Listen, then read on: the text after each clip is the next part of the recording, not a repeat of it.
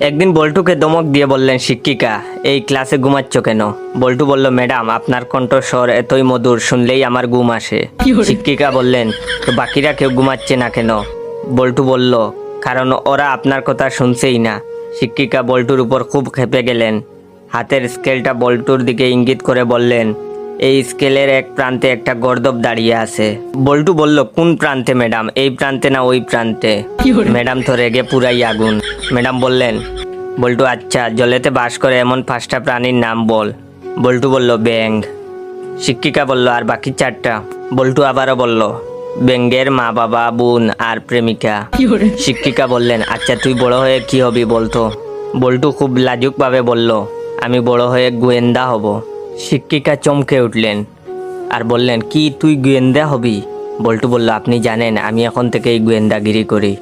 শিক্ষিকা বললেন, থাক, কার উপর গোয়েন্দাগিরি করিস শুনি? বল্টু বলল, কেন, মা বাবার উপর। শিক্ষিকা আবারও চমকে উঠে বললেন, মানে? বল্টু বলল, হ্যাঁ, মা বাবা ঘুমিয়ে পড়ে আর আমি জেগে থাকি। শিক্ষিকা বললেন, কেন? বল্টু বলল, একদিন ঘুমিয়েছিলাম, কেস খতম, অর্ধেক সম্পত্তির হাত ছাড়া। শিক্ষিকা বললেন, কেন, কিভাবে? বল্টু বলল, আমার একটা ভাই হয়ে গেল, এখন তো বাবার সম্পত্তির অর্ধেক ওর আর অর্ধেক আমার। যদি ওই দিন না ঘুমাতাম। যাই হোক, ভিডিওটা কেমন লাগলো অবশ্যই কমেন্ট করে জানাবেন। আর হ্যাঁ, আমার আইডির নাম বাইসা বনফায়ার আর ইউজার নেম ইওর জয়। তাই বলি, ফেক আইডিগুলোকে সাপোর্ট না করে আমার অরিজিনাল আইডিটাকে সবাই সাপোর্ট করবেন। আর হ্যাঁ, অবশ্যই ফলোটা দিয়ে রাখবেন। আর আপনাদের জন্য একটা খুশির সংবাদ আছে।